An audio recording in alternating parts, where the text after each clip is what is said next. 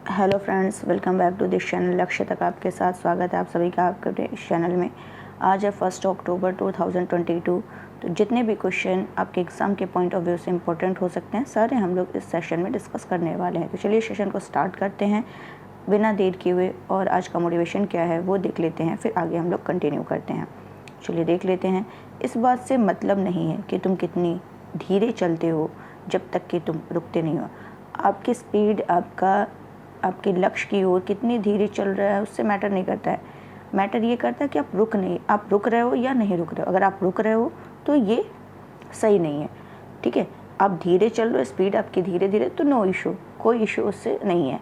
लेकिन आपको रुकना नहीं है। क्या कहते हैं, कछुए की चाल धीरे थी, लेकिन फिर भी वो क्या होता है, लास्ट में जीत जाता है। तो आपकी अगर धीरे है स्पीड तो नो इशू, आप बस रुकिए नहीं, कंटिन्यूअसली आप चलते रहिए।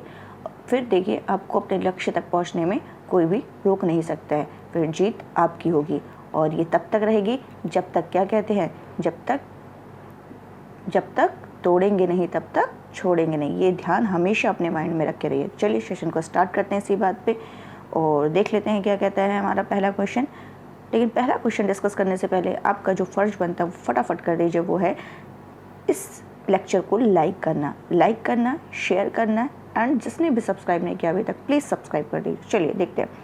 28 से 29 सितंबर यानी 28 से 29 सितंबर 2022 तक विश्व हरित अर्थव्यवस्था शिखर सम्मेलन WGES का आयोजन कहाँ किया गया है। तो कहाँ किया गया गाइस, ये किया गया आपका दुबई में। कहाँ किया गया है, दुबई के वर्ल्ड ट्रेड सेंटर में। कहाँ पे, वर्ल्ड ट्रेड सेंटर में किया गया। वर्ल्ड ट्रेड सेंटर में इसका क्या किया गया है, आयोजन किया गया है। आई थिंक इतना क्लियर हो गया होगा। किस लिए, तो जो हमारा सतत विकास लक्ष्य है, यह संयुक्त राष्ट्र सतत विकास लक्ष्य को प्राप्त करने के लिए वैश्विक हरित अर्थव्यवस्था और स्थिरता एजेंडा जो है उसको आगे बढ़ाने के लिए ये क्या किया जाता है, ये मनाया जाता है। अगर बात किया जाए इसका जो लक्ष्य है वो क्या करना है, पर्यावरण को ध्यान में रखकर, क्या करना है, पर्यावरण को ध्यान में रखकर, शॉर्ट में कहा जाए तो पर्यावरण को ध्यान में रखकर आर्थिक विकास करना। क्या करना, पर्यावरण को ध्यान में रखकर आर्थिक विकास करना, यही इसका क्या है, उद्देश्य है। पर्यावरण को ध्यान में रखकर क्या करना, आर्थिक विकास करना। तो ये आपको ध्यान रखना। कहाँ इसका आयोजन हुआ, दुबई में हुआ है, और कौन से नंबर का संस्करण है, इस बार 8वां संस्करण है इसका। चलिए इतना तो आपको क्लियर हो गया होगा। जो इस बार का जो 8वां शिखर सम्मेलन जो हुआ है, ये 4 प्रमुख स्तंभ पर केंद्रित है। जो 8वां सम्मेलन है ये 4 प्रमुख स्तंभों पर केंद्रित है। वो कौन से 4 स्तंभ है, कौन से 4 पिलर हैं, तो फर्स्ट आपका इसमें है ऊर्जा, एनर्जी, वित्त, फिर आपका है खाद्य सुरक्षा, एंड लास्ट आपका है यूथ, हमारा यानी युवा पीढ़ी जो है। तो ये आपके 4 प्रमुख स्तंभ हैं जिस पर इसमें क्या किया गया है, इस पर ध्यान दिया गया है। कौन सा है, ऊर्जा, वित्त, खाद्य सुरक्षा और युवा। तो ये आपको ध्यान रखना है। इसका आयोजन ऑलरेडी मैंने बता दिया कि कहाँ पर हुआ है। इसका आयोजन जो है Dubai electricity and water authority, Dubai supreme council of energy और वर्ल्ड ग्रीन इकोनॉमी ऑर्गेनाइजेशन के द्वारा क्या किया गया है, WETEX के सहयोग से किया गया है इसका आयोजन। तो ये भी आपको ध्यान रखना है। चलिए यहाँ पे मैंने अभी बताया, यहाँ लिखा है हरित अर्थव्यवस्था। तो ये हरित अर्थव्यवस्था है क्या, जिसके बारे में ये आयोजन किया गया है। तो हरित अर्थव्यवस्था को क्या करते हैं, निम्न कार्बन संसाधन कुशल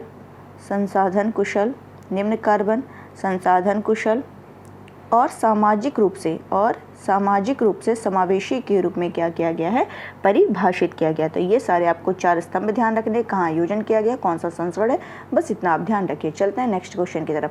हाल ही में किस देश की सामंथा क्रिस्टोफोरिटी इंटरनेशनल स्पेस स्टेशन की कमान संभालने वाली पहली यूरोपीय महिला बन गई हैं। इसी को मैंने क्या किया था, थंबनेल बनाया था, शायद आपको अब क्लियर हो गया होगा। तो ये कहाँ की हैं, जो इंटरनेशनल स्पेस स्टेशन की कमान संभालने वाली पहली यूरोपीय महिला बन गई हैं, वो कहाँ की हैं, इटली की हैं। चलिए यहाँ पर है मेरे पास इमेज, आप देख सकते हैं कि सामंथा क्रिस्टोफोरेटी ISS की कमान संभालने वाली पहली यूरोपीय महिला बनी है। तो ये किस देश की हैं? इटली की है, और यही है क्रिस्टोफोरेटी, यही है। आई थिंक क्लियर हो गया होगा। इटली जो है, इटली के बारे में पढ़ा है तो पहले इटली को ही देख लेते हैं। इटली की राजधानी क्या है? रोम है। रोम जो कि टाइबर नदी के किनारे, किसके? टाइबर नदी। तो ये भी आपको ध्यान रखना है। और यहाँ पर देखें तो ये कहाँ की हैं? इटली की है। और अगर अभी ISS के बारे में बाद में डिस्कस करते हैं, पहले इनके बारे में देख लेते हैं। तो ये कमान जब संभाली है, तो कमान संभालने के बाद जो इटली की सामंथा हैं, ये ISS की 5वीं यूरोपीय कमांडर बन गई हैं। 5वीं यूरोपीय कमांडर बन गई हैं, और साथ ही पहली गैर अमेरिकी महिला भी। तो ये भी आपको ध्यान रखना है। तो ये क्लियर हो गया होगा। अगर हम बात करें ISS की बात करें, तो ISS की जो स्थापना है वो 1998 20 नवंबर, अगर पूरी बात करें तो 20 नवंबर 1998 में हुई थी। कब हुई थी? 20 नवंबर 1998 में हुई थी। किसके द्वारा? अमेरिका और रशिया के द्वारा हुआ था। इसकी स्थापना 20 नवंबर 1998 को हुआ था। और इसके बारे में अगर डिस्कस कर रहे हैं इंटरनेशनल स्पेस स्टेशन के बारे में, तो यहाँ पर वर्तमान में देखा जाए तो लो अर्थ ऑर्बिट में सबसे बड़ा मॉड्यूलर स्पेस स्टेशन है। इंटरनेशनल स्पेस स्टेशन वर्तमान में लो अर्थ ऑर्बिट में सबसे बड़ा मॉड्यूलर स्पेस स्टेशन है। इसमें अगर देखा जाए तो नासा, रोसकोसमोस किसका है? रशिया का है। और यूरोप का ESA है, कनाडा का CSA है, और जाक्सा जापान का। ये सारे इसमें क्या हैं? शामिल हैं। और इंटरनेशनल स्पेस स्टेशन का पहला मॉड्यूल जो है, वो पहला मॉड्यूल जरिया यानी किसके द्वारा? रशिया के द्वारा क्या किया गया था? लॉन्च किया गया था। अभी मैंने करंट में ही आपको कुछ दिन पहले पढ़ाया था कि चीन ने अभी हाल के टाइम में देखा जाए तो अपना खुद का स्पेस स्टेशन बना रहा है, और जल्द ही यह क्या करेगा? उसके सभी मॉड्यूल को स्पेस तक पहुंचा देगा। यूक्रेन भी क्या कर रहा है? यूक्रेन रशिया युद्ध के कारण क्या हुआ? रशिया पर बहुत सारे प्रतिबंध लगाए गए, यूरोप और अमेरिकी प्रतिबंध लगाए गए। तो उसके कारण रशिया भी क्या किया? उसने भी डिक्लेयर किया कि 2024 के बाद वो क्या करेगा? ISS से क्या करेगा? अलग हो जाएगा। तो ये सारे आपको क्लियर हो गए होंगे सारे फैक्ट। उम्मीद है कि आपको समझ में आ गया होगा। चलते हैं नेक्स्ट क्वेश्चन की तरफ। अभी भी जिसने लेक्चर को लाइक नहीं किया, प्लीज़ एक लाइक कर दिया करिए। क्वेश्चन क्या कह रहा है? हाल ही में किस देश के जुरोंग रोवर को मंगल ग्रह पर अरबों साल पहले आई बाढ़ के सबूत मिले हैं? तो कहाँ की बात है? ये है चाइना की बात। चीन का है जुरोंग रोवर, जो कि मंगल ग्रह पर गया था।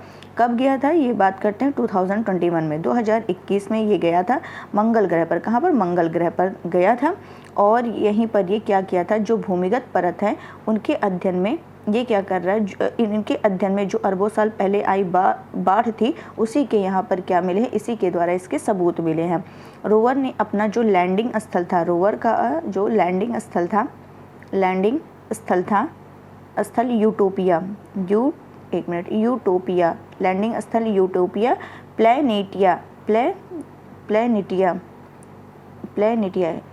प्लैनेटिया मंगल के उत्तरी गोलार्ध में विशाल मैदानों का क्या किया है? अध्ययन किया है। तो इतना आपको क्लियर हो गया होगा। और इसके बारे में डिस्कस करते हैं। तो ये जो नाम है जुरोंग, तो ये चीनी पौराणिक देवता अग्नि हैं, उन्हीं के नाम पर ये जुरोंग रखा गया था। और 2021 में ये चीन का जो तियानवेन है, एक मिनट मैं लिख दे रही हूँ, तियानवेन 1 अंतरिक्ष यान द्वारा ये गया मिशन था, जो चीन का पहला मार्स रोवर था। किसके द्वारा भेजा गया था? तियानवेन 1 अंतरिक्ष यान के द्वारा ये गया था, और चीन का पहला मार्स रोवर था। और इसी के द्वारा, इस मिशन के द्वारा जुरोंग जो है मंगल का जो उत्तरी गोलार्ध है यूटोपिया प्लैनेटिया के विशाल बेसिन का पता लगाने के लिए ये गया था। तो ये भी आपको क्लियर हो गया होगा। चलिए, यहाँ पे आया है मंगल ग्रह, तो मंगल ग्रह के बारे में हम लोग डिस्कस कर लेते हैं। यहाँ से भी कई क्वेश्चन हमें सीधे एग्जाम में देखने को मिल जाते हैं। मंगल ग्रह जो है, जो हमारा सन है, मंगल ग्रह है, ये हमारे सन से किस रैंक पर है? 4th रैंक पर। सन से चौथे स्थान पर स्थित क्या है, एक ग्रह है और सौर मंडल का दूसरा सबसे छोटा ग्रह है। अगर बात करें सूर्य से चौथे स्थान पर स्थित है और सौर मंडल का दूसरा सबसे छोटा ग्रह है। और मंगल ग्रह अगर आकार में बात करें तो ये पृथ्वी का लगभग क्या है, आधा है। इतना आपको क्लियर हो गया होगा। मंगल ग्रह जो है वो सूर्य की परिक्रमा करता है और अपने अक्ष पर मंगल ग्रह जो है अपने अक्ष पर 24.6 घंटे में 24.6 आवर में क्या करता है, घूर्णन करता है और पृथ्वी के एक दिन की अवधि के अधिक क्या है, ये नज़दीक है। इतना आपको क्लियर हो गया होगा। जब ये सूर्य की परिक्रमा करता है तो ये अपने अक्ष पर कितना 25 डिग्री क्या होता है, झुका रहता है। सूर्य की परिक्रमा करते टाइम ये क्या करता है, मंगल जो है ये अपने अक्ष पर 25 डिग्री क्या है, झुका रहता है। और मंगल का जो यह झुकाव है, अक्षीय झुकाव पृथ्वी के समान होता है जो कि 23.4 डिग्री पर झुकी होती है। तो ये भी आपको ध्यान रखना है। पृथ्वी की तरह देखा जाए तो मंगल ग्रह पर भी अलग अलग मौसम होते हैं, परंतु मंगल ग्रह पर पृथ्वी की तुलना में मौसम की अवधि जो होती है वो लंबी होती है। क्यों? क्योंकि मंगल की जो सूर्य से अधिक दूरी है, मंगल की सूर्य से अधिक दूरी होने के कारण इसका परिक्रमण काल जो है वो ज़्यादा है, इसलिए तो ये आपको ध्यान रखना है। मंगल ग्रह पर जो दिन होते हैं उनको क्या कहा जाता है, सोल्स कहा जाता है। मंगल ग्रह पर दिनों को क्या कहते हैं, सोल्स कहते हैं। सोल्स मतलब सोलर डे कहते हैं। ये भी आपको ध्यान रखना है। अब एक क्वेश्चन और उठता है, ये भी क्वेश्चन पूछा जाता है कि मंगल लाल क्यों दिखता है, मंगल लाल क्यों दिखता है? तो इसके लाल दिखने का जो कारण है वो है चट्टानों में लोहे का ऑक्सीकरण या जंग लगना, चट्टानों में लोहे का ऑक्सीकरण या जंग लगना, या फिर मंगल की धूल है, इसीलिए इसे लाल ग्रह कहा जाता है। लाल ग्रह भी कहा जाता है। किसको लाल ग्रह कहा जाता है? क्वेश्चन पूछा हुआ है, मंगल को कहा जाता है। तो ये भी ध्यान रखने को है। इसमें सौरमंडल का सबसे बड़ा ज्वालामुखी है। कौन सा ज्वालामुखी है सौरमंडल का सबसे बड़ा ज्वालामुखी? इसमें है ओलंपस। मैं लिख दे रही हूँ यहाँ पे ओलंपस मॉन्स है। तो ये भी आपको ध्यान रखना है। और मंगल ग्रह के दो छोटे चंद्रमा हैं, एक फोबोस और एक डीमोस। एक फोबोस, सेकंड है डीमोस। तो ये भी आपको ध्यान रखना है। इससे संबंधित जितने क्वेश्चन थे मैंने आपको बता दिए हैं। चलते हैं नेक्स्ट क्वेश्चन की तरफ। प्रशांत द्वीप के देशों के संबंध में निम्नलिखित कथन पर विचार कीजिए। चलिए विचार कर लेते हैं। प्रशांत द्वीप देश 14 राज्यों का एक समूह है जो एशिया, ऑस्ट्रेलिया और अमेरिका के बीच प्रशांत महासागर के उष्णकटिबंधीय क्षेत्र में स्थित है। ठीक है, ये कोई स्टेटमेंट राइट है। इनमें से कुछ के पास भारत से बड़े विशिष्ट आर्थिक क्षेत्र हैं, ये भी स्टेटमेंट आपका राइट है। थर्ड, सोवियत संघ और दुनिया के प्रमुख जनसंख्या केंद्रों से इन द्वीपों की दूरी के कारण जो अमेरिका है, यूके है, फ्रांस है, इनके कुछ परमाणु हथियार परीक्षण स्थल यहाँ स्थित हैं। इस हिसाब से यहाँ के तीनों स्टेटमेंट क्या है, सही है। ये आया था द हिंदू में, तो वहाँ से ये क्वेश्चन क्रिएट किया गया है। बहुत इंपॉर्टेंट है, इसको ध्यान रखिएगा। द हिंदू एडिटोरियल में था ये क्वेश्चन। नेक्स्ट क्वेश्चन है 28 सितंबर 2022 को जयंती पटनायक जी का निधन हो गया। वे क्या हैं? ये राजनेता। देखा जाए तो ये जो जयंती पटनायक हैं ये राष्ट्रीय महिला आयोग की अध्यक्ष, राष्ट्रीय महिला आयोग की देश की पहली महिला आयोग की अध्यक्ष कौन है? जयंती पटनायक, जिनका क्या हुआ 19 ईयर की उम्र में इनका निधन हो गया। तो ये क्या थी? राष्ट्रीय महिला आयोग की पहली अध्यक्ष। कटक कहाँ? उड़ीसा। तो कटक और बरहमपुर लोकसभा सीट की पूर्व सांसद भी रह चुकी हैं और राष्ट्रीय महिला कांग्रेस की पूर्व अध्यक्ष भी रह चुकी हैं। तो ये जो ओडिशा के पूर्व मुख्यमंत्री थे जानकी वल्लभ पटनायक, इन्हीं की ये पत्नी है। तो इन्हीं का भी क्या हो गया? निधन हो गया है। और इनकी एज जो थी वो 90 ईयर्स। तो ये भी आपको ध्यान रखना है। तो जितना इम्पोर्टेंट था ये सारे मैंने आपको बता दिए हैं। चलते हैं नेक्स्ट क्वेश्चन की तरफ और देख लेते हैं नेक्स्ट क्वेश्चन हमारा कौन सा इम्पोर्टेंट हो सकता है। 1 मिनट आगे चलते हैं।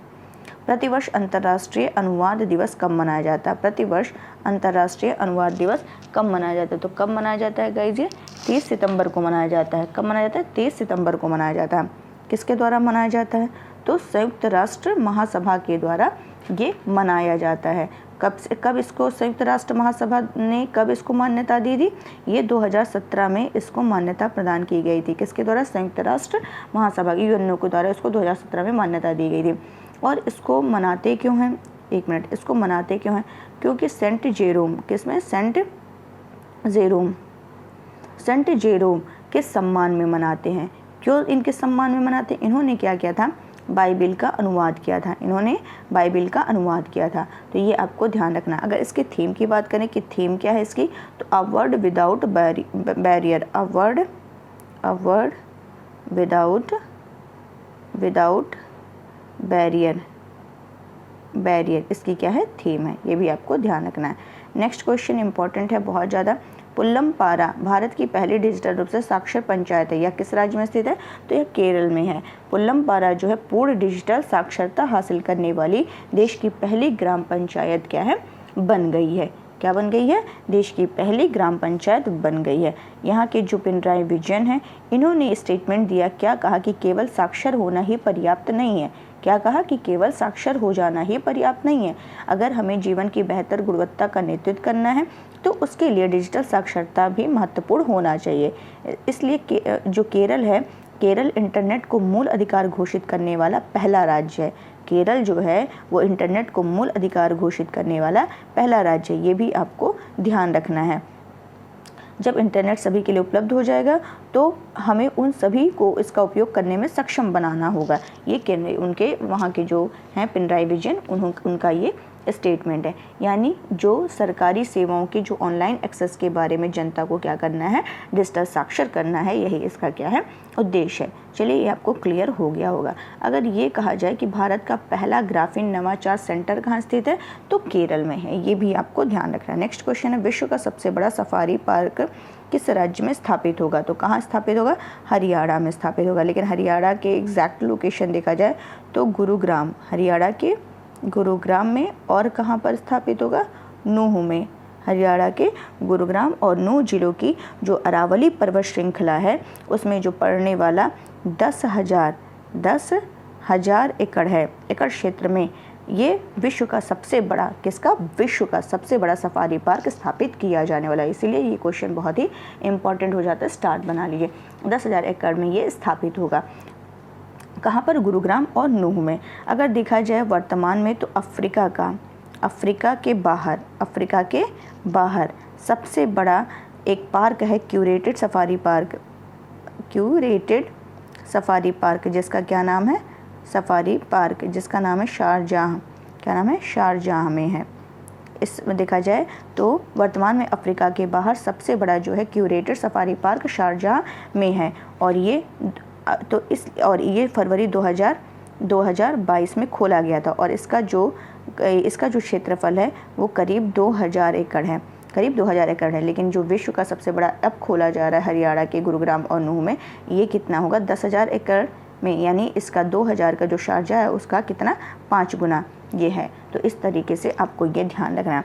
ये जो देखा गया है अरावली पर्वत की जो ये परियोजना स्टार्ट की जाने वाली है, इसमें एक बड़ा हर्पेटेरियम होगा, एवियरी होगा, बर्ड पार्क होगा, बिग कैट्स के 4 जोन होंगे, शाकाहारी जानवरों के लिए एक बड़ा क्षेत्र होगा, साथ ही देखा जाए तो विदेशी पशु पक्षियों के लिए क्षेत्र होगा। बहुत सारी चीज़ें यहाँ पर होने वाली हैं, तो ये भी आपको ध्यान रखना। और हरियाणा की जो जंगल सफारी परियोजना है, ये पर्यावरण वन जलवायु परिवर्तन मंत्रालय और भारत सरकार और हरियाणा सरकार की क्या है, एक संयुक्त परियोजना है। तो ये भी आपको पूरा ध्यान रखना है। अब यहाँ पे सफारी पार्क से याद आया होगा आपको नाइट सफारी जो भारत का पहला है। भारत का पहला नाइट सफारी कहाँ पर स्थापित किया गया, लखनऊ में। किसकी तर्ज पर, सिंगापुर के तर्ज पर। जो ये किया जाएगा वो किसकी तर्ज पर, सिंगापुर की तर्ज पर। ये भी आपको ध्यान रखना है। चलते हैं नेक्स्ट क्वेश्चन। हाल ही में किस राज्य ने मुख्यमंत्री डेयरी प्लस योजना का शुभारंभ किया है, किसने किया है, तो मध्य प्रदेश राज्य सरकार ने। मध्य प्रदेश के मुख्यमंत्री कौन है, शिवराज सिंह। कौन है, शिवराज सिंह। इन्हीं के द्वारा क्या किया गया है, मध्य प्रदेश के कहाँ पर, सीहोर जिले के, मध्य प्रदेश के सीहोर जिले के एक जो विकास खंड है बुधनी विकास खंड की जो ग्राम पंचायत है तालपुरा, तो वहीं पर ये मुख्यमंत्री जनसेवा अभियान के शिविर में इस योजना का क्या किया गया, शुभारंभ किया गया है। अच्छा, ये जो योजना डेयरी से संबंधित है, तो समझ में आ ही गया होगा किससे संबंधित है। तो यहाँ पर पायलट प्रोजेक्ट के तौर पर इस योजना को प्रदेश के 3 जिलों, एक तो मैंने शिहोर अभी नाम लिया ही, शिहोर हो गया, विदिशा और रायसेन में ये क्या किया जाएगा, पायलट प्रोजेक्ट के तौर पर ये तीनों जगह स्टार्ट किया जाएगा। और यहाँ पे जो पहले से पशुपालन का कार्य कर रहे हैं उन पशुपालकों को इस योजना में क्या किया जाएगा, 2 मुर्रा भैंसें, 2 मुर्रा भैंसें उपलब्ध कराई जाएंगी। इनकी जो दुग्ध, इन 2 मुर्रा जो भैंसें हैं, ये जो मुर्रा भैंसें हैं, इनकी जो दुग्ध उत्पादन क्षमता है वो प्रतिदिन कितनी है? 10 लीटर पर डे है। क्लियर। और इनकी जो मुर्रा भैंसें हैं, इनकी जो लागत है वो 2,50,000 रुपये होंगी। और इस योजना में जो SC है और ST हैं, इन यहाँ के जो पशुपालक होंगे, SC ST के जो पशुपालक होंगे, उनको राज्य सरकार द्वारा जो है 75% क्या दिया जाएगा? अनुदान दिया जाएगा। और जो पिछड़ा वर्ग और सामान्य श्रेणी के पशुपालक हैं, उनको 50% का अनुदान दिया जाएगा। ये भी आपको ध्यान रखना है। तो इससे संबंधित जितने भी इम्पोर्टेंट फैक्ट है वो मैंने आपको बता दिया है। उम्मीद है ये भी क्लियर आपको हो गया होगा। सीधा इसका उद्देश्य क्या है? किसानों की आय को क्या करना? दुगना करना।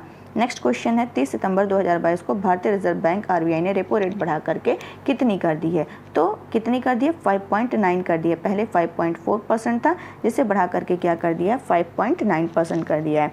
तो RBI ने क्या किया है? अपनी जो ये हर 2 माह पे क्या करती है? अपनी मौद्रिक नीति समीक्षा जारी करती है। तो इसने अभी क्या किया है? जारी किया और इसमें 0.5% बढ़ा करके 5.9% कर दिया है। क्यों किया है? क्योंकि जो खुदरा महंगाई है उसको काबू में लाने के लिए, जो महंगाई है उसको काबू में लाने के लिए, और जो विभिन्न देश के केंद्रीय बैंक है उनके ब्याज दर में वृद्धि से जो उत्पन्न दबाव है उससे निपटने के लिए ये क्या किया है? रिजर्व बैंक ने ये स्टेप उठाया है।